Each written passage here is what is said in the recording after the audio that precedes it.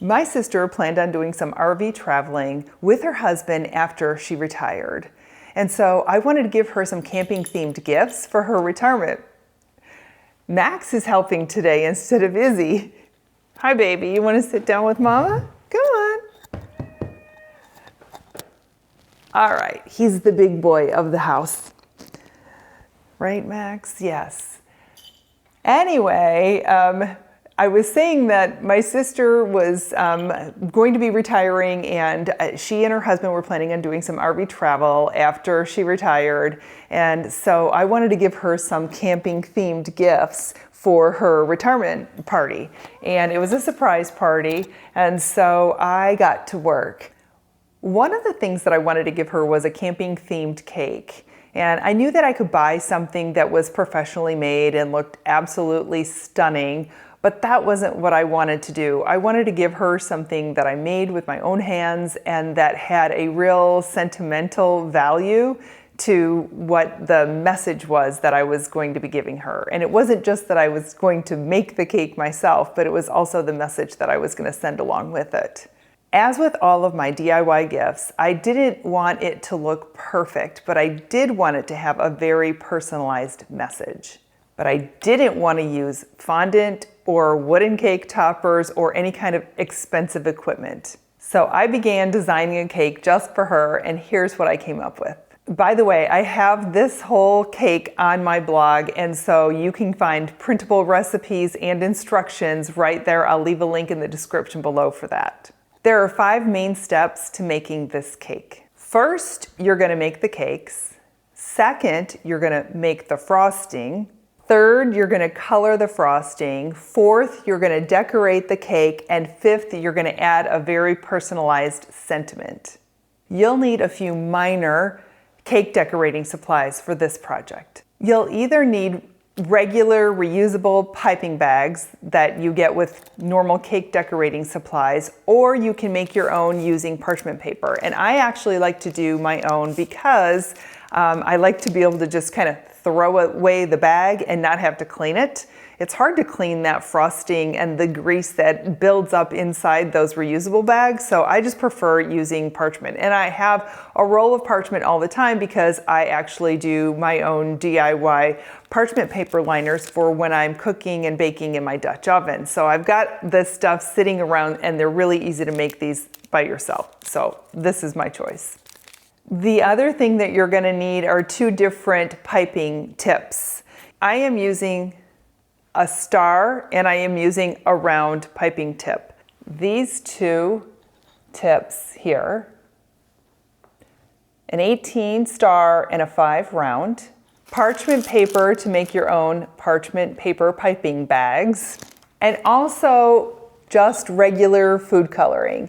Now, I am using food coloring that you just pick up at the store. It's just generic store brand food coloring. But if you want really deep colors, then you're gonna wanna get a professional, professional bakers use Wilton is a really great brand, and they have a gel, and it's super great if you're trying to get a deep color like a black or a dark red or a dark green, especially if you're doing something around Christmas time. If you're in a real pinch, you can just use the icing pouches that you get. You can pick them up at pretty much any grocery store, and they will have a plastic tip on them. And usually they'll have a star and a round that comes included with the icing, but I prefer the taste and the consistency of a homemade icing. I like that a lot better, but certainly in a pinch, those little pouches make this job even simpler. Let's talk a little bit more about the 5 steps. First, you're going to bake the cakes, and you're going to let them cool completely.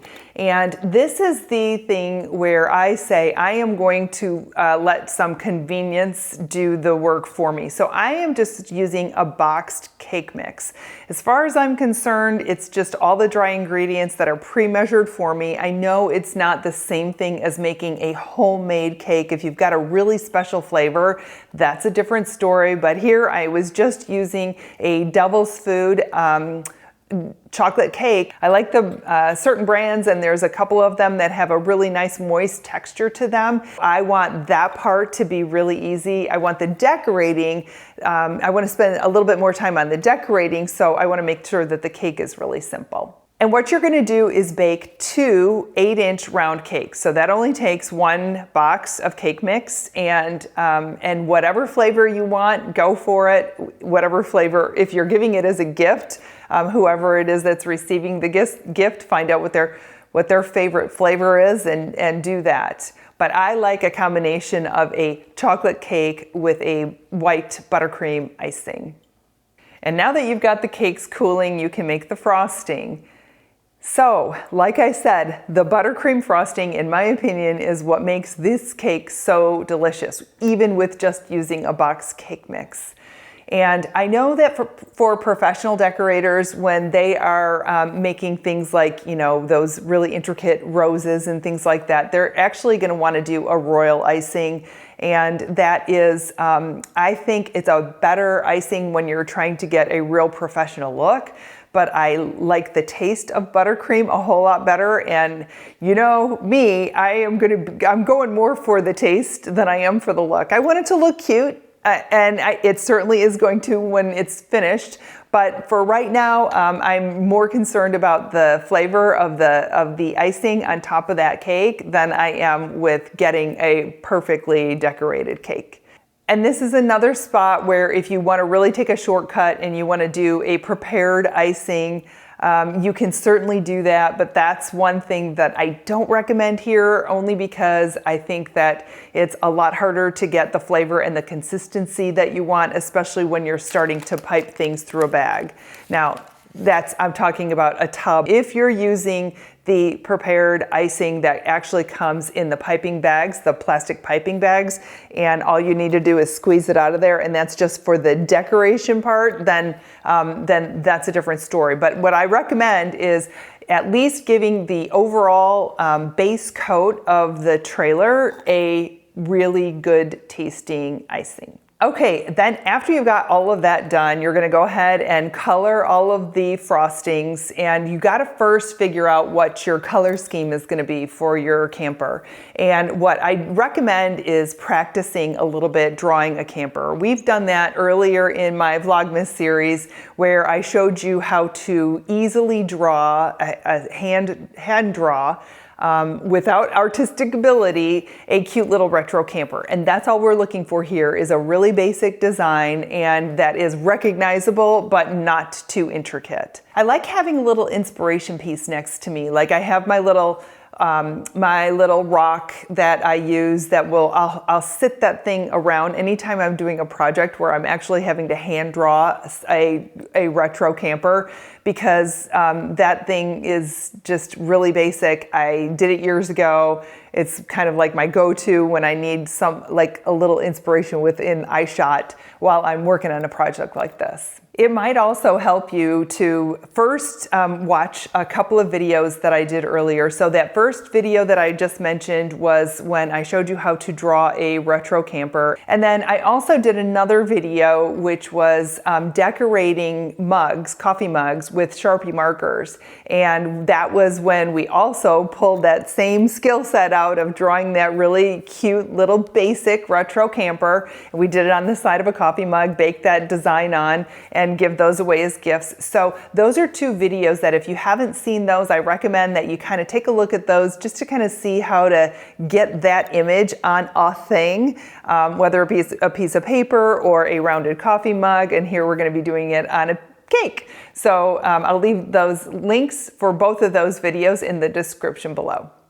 So think about the person that you're going to be giving this to, if it is indeed a gift, and think about the color scheme that they might like. And we'll use that when we begin to actually decide where those colors are going to go on the camper, and then how much frosting of each color you need to dye. Before you begin decorating anything at all, once the cakes are cooled, if the center of the cakes are sort of rounded off and kind of puffed up in the middle, what you want to do is take a really sharp bread knife and just kind of slice off that bubble. So you want that bubble to get kind of flattened out. So you just the very center of that, just kind of flatten it out, because what you're going to end up doing is the tops of both cakes are going to come together, and then that's going to be the center of the cake. And if they have that bubbled up center, it's going to be a big gap around the outside edge, and that's going to be harder to fill in and try to decorate. So we want to shave that off if you've got that little puffed up center. So I recommend putting a large piece of parchment paper down and putting it on something like a cutting board that you can kind of spin around, unless you're a professional cake decorator and you've got one of those spinning pedestal things. But for me, I'm just using basic things that I already have in my kitchen. And so lay that parchment paper down so that the cake is not sticking to your cutting board. Put that on top of your cutting board, put that on top of a nice flat surface on your countertop, and then we can begin decorating. So the first thing that you're going to do is you're going to take the first cake and you are going to put it on that parchment paper, and you're going to put the flat side down so it's sitting nice and even on your countertop, basically on your cutting board. Okay, now you're going to go around the outside of that cake and you're going to give it this is just with your white buttercream frosting, you are going to give it a nice even layer of a crumb coat. And the purpose of the crumb coat is to basically secure the crumbs on the cake so that they don't start to get into your frosting in other layers. And you are going to kind of seal up the cake. It helps it to stay moist and secure the crumbs and kind of glue down everything almost with a really nice thin layer of a frosting coat. That's around the outside. Now on the top, the exposed top, which is actually the top of that cake that you probably sliced off the rounded part of, you're going to do a nice thick layer of icing, because that is going to be the center between the two cakes once you stack the cakes.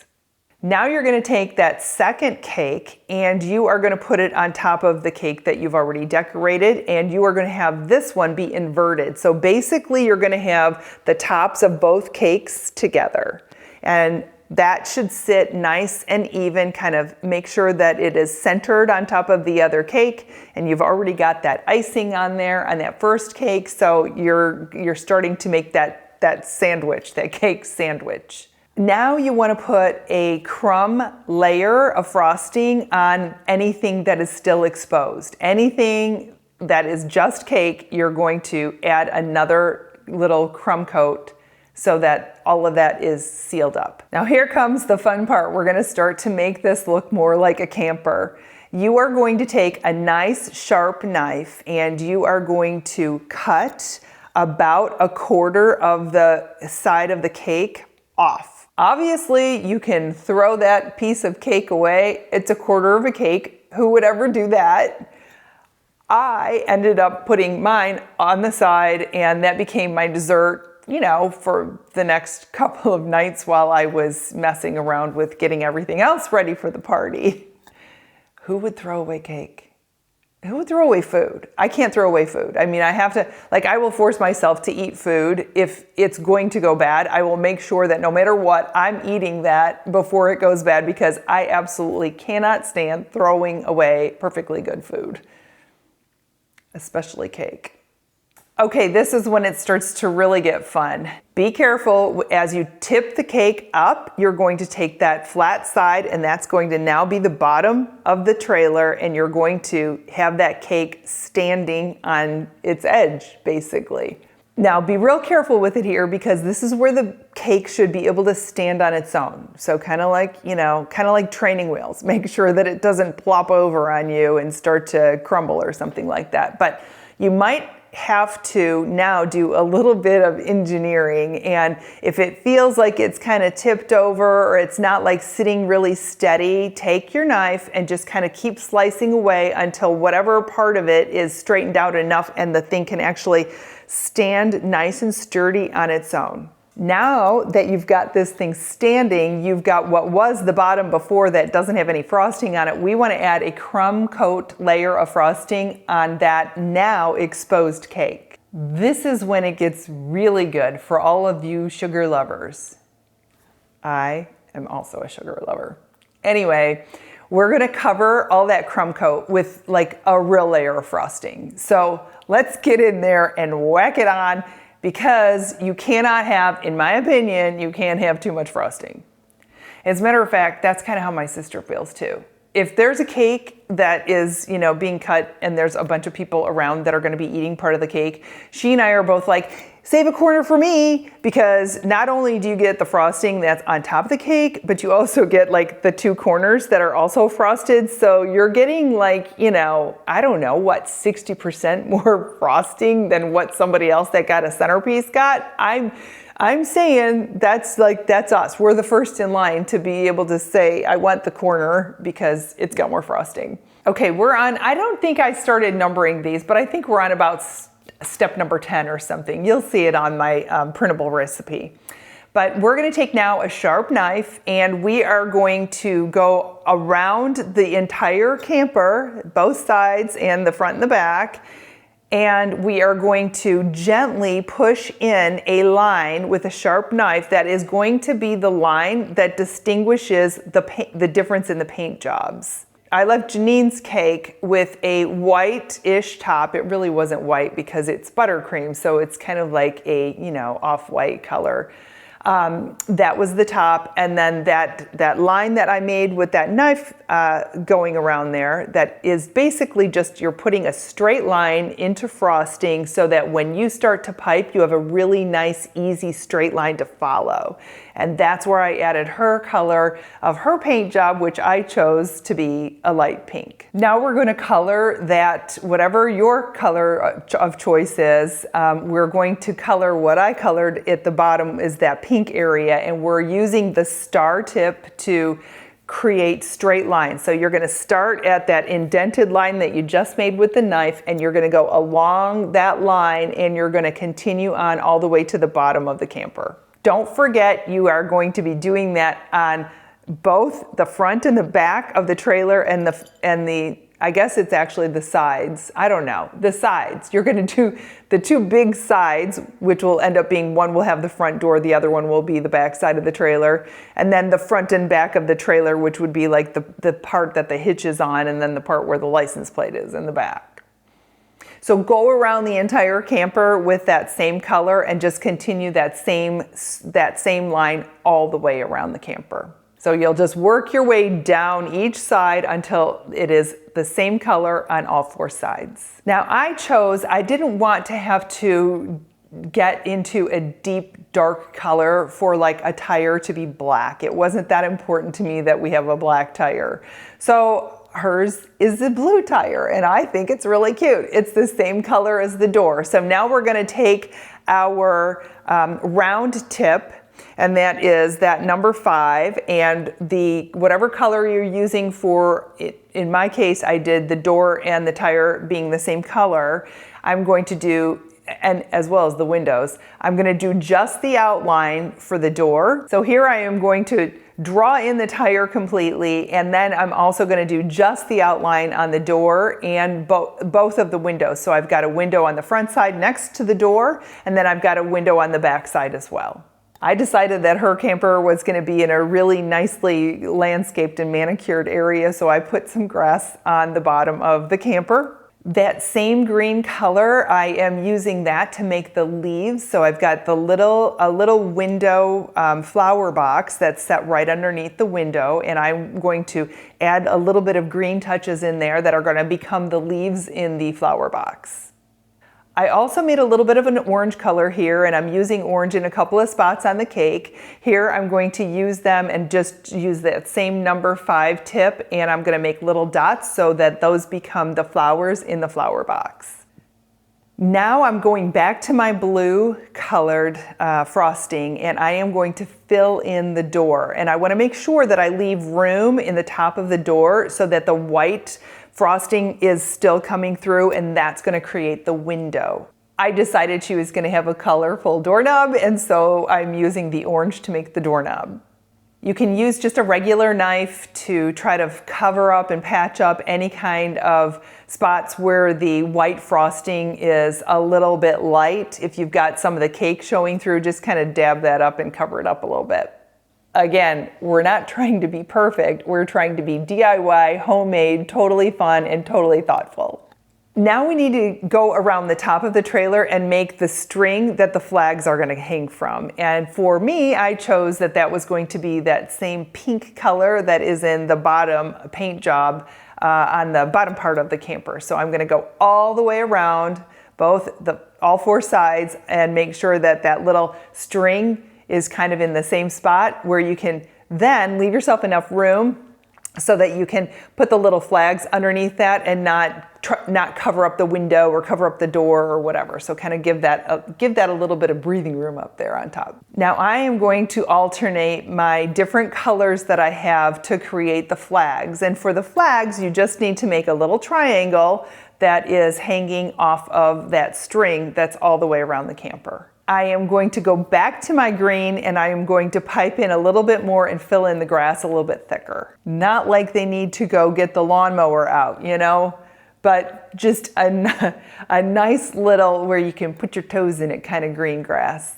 Don't you love when you're at a site where you've got some nice green grass around and you can have your cup of coffee in the morning and just kind of kick your shoes off and have your feet in the grass? We don't have grass very much here in Arizona. And when we travel out of Arizona, we're normally boondocking. So usually we aren't in places where we have really nice kind of luxurious grass. We're usually in places that have a lot of dirt and rocks.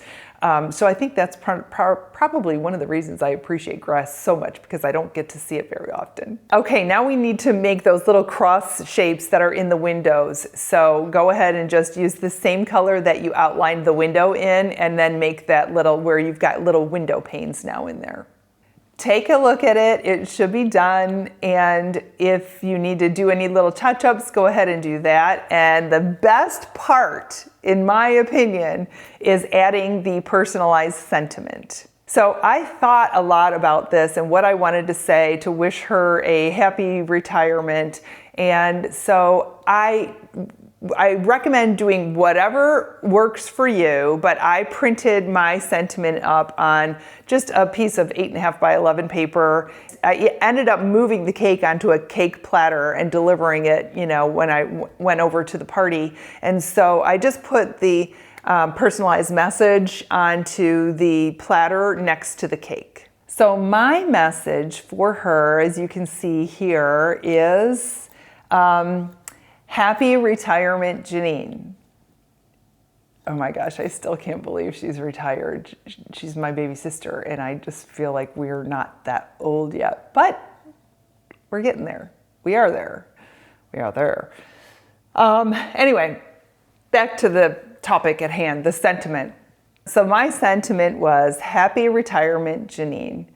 May the only rocky roads you find be in a scoop of ice cream. Makes sense, right? RV travel, you don't want to have rocky roads. Anyway, you get it. Happy camper, and then I had a little retro camper on the message, and enjoy the journey with XO hug kiss, and send her off to a fantastic retirement. You can see that my cake is not anywhere near perfect. It doesn't look like a professional did it. Nobody is going to even remotely get that wrong and guess that I actually bought that from a professional baker. Nobody. But that's okay. I had a blast making this cake and coming up with the sentiment, and I really was so excited to give it to her, and I was hoping so much that she was really going to enjoy it. And after her whole party was over, she said, you know what? She said, that was the best gift that I received of all the retirement gifts that I received. That one was my favorite. And it made me so happy that she liked it so much. And even though, you know, we ate it and it was gone, the memories are still there. Tell you what, she got some super cool camping gadgets for her retirement. And so it was really just, it blessed me so much to know that she actually enjoyed my cake And her gift that I gave her, her personalized little cake, she enjoyed that more than anything else that she got. That just totally just made me so blessed. I hope you're inspired to do something creative, and don't worry if it's not perfect. It's all about fun and creativity. Just have a good time. Even if it's not perfect, it's okay. Enjoy yourself and your creativity. If you haven't seen all the videos in my VLOGMAS series, I'll leave a link for the entire playlist in the description below, and I'll see you tomorrow.